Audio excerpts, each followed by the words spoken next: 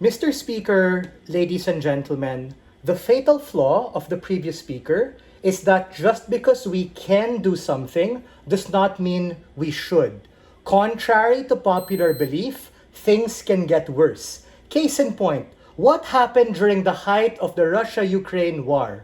Prices for energy and commodities like oil and natural gas, which they used to heat up homes in Europe and the rest of the world, significantly increased in price. What their side is going to do is that they're going to piss off Russia in one way, shape, and form, and taking an independent stance is a terrible idea.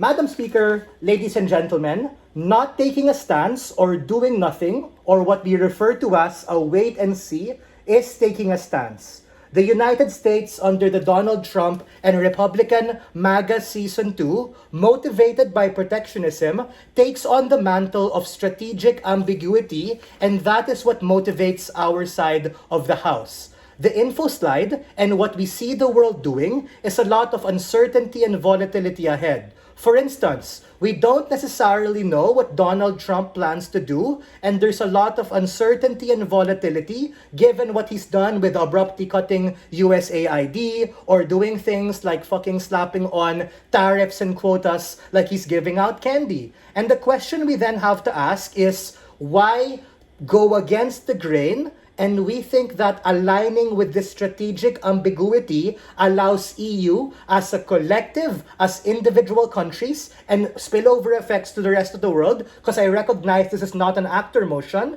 to be able to adjust to the dynamism that happens and play it by ear, given that we're uncertain as to what's going to happen. That is a strategic choice as opposed to jumping into volatility. The second thing I have to say is that we're also uncertain about what exactly is happening with the Russia-Ukraine war. And the previous speaker said so himself. It's been 3 years, but what I do know is that it's not necessarily getting better, but it's not getting worse as well. We don't want to pour gas on the situation and reignite the conflict given the very precipitous situation that Putin and his cronies are in, which can potentially lead to a bloodbath within the region, and also what the previous speaker mentioned, bringing in Georgia and Crimea and other proximate states to that particular conflict, doing nothing, especially when we're unsure, is essentially a good thing.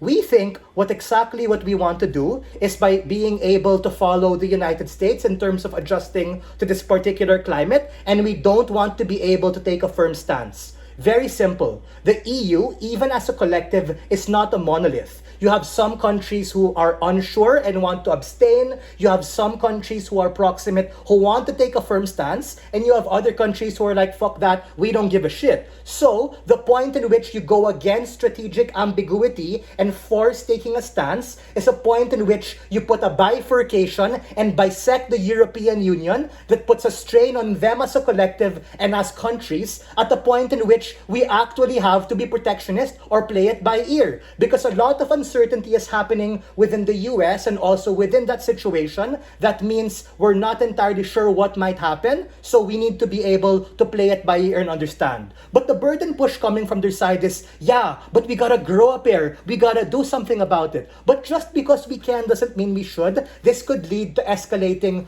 economic and political tension, not just from the United States, who slaps on a lot of those things when you go against the grain, but also within these particular countries who are trying to protect their own borders for refugees, countries who also have different conciliating interests, especially some countries are pro-Russia, some countries are anti-Russia, some countries are pro-Ukraine, some countries are against Ukraine, and the point in which you take a stance is a point in which you harm those particular countries. Why is this going to be particularly bad?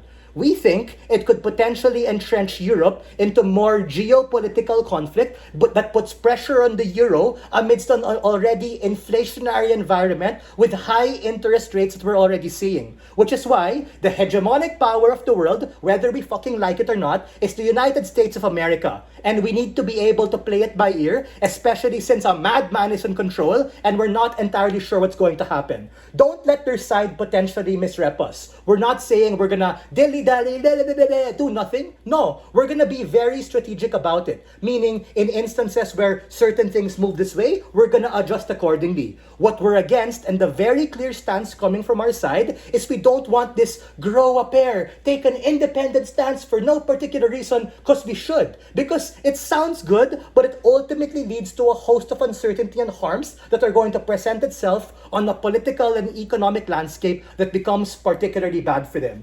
Why is this going to be particularly bad for the rest of the world? Because the United States is the biggest fucking market that you have in the world, and at any point you go against the grain is a point in which Europe as a corridor, as a collective and as individual states, lose out on the capacity to be able to trade with them. Trump is going to see you as a threat, and there is a high chance he's going to be able to retaliate through quotas and tariffs that make it harder for you to be able to do business, and that makes your margins suffer when you trade with them, meaning less money for you, and also it being bad for your individual nations who you're trying to cater to. POI, go for it.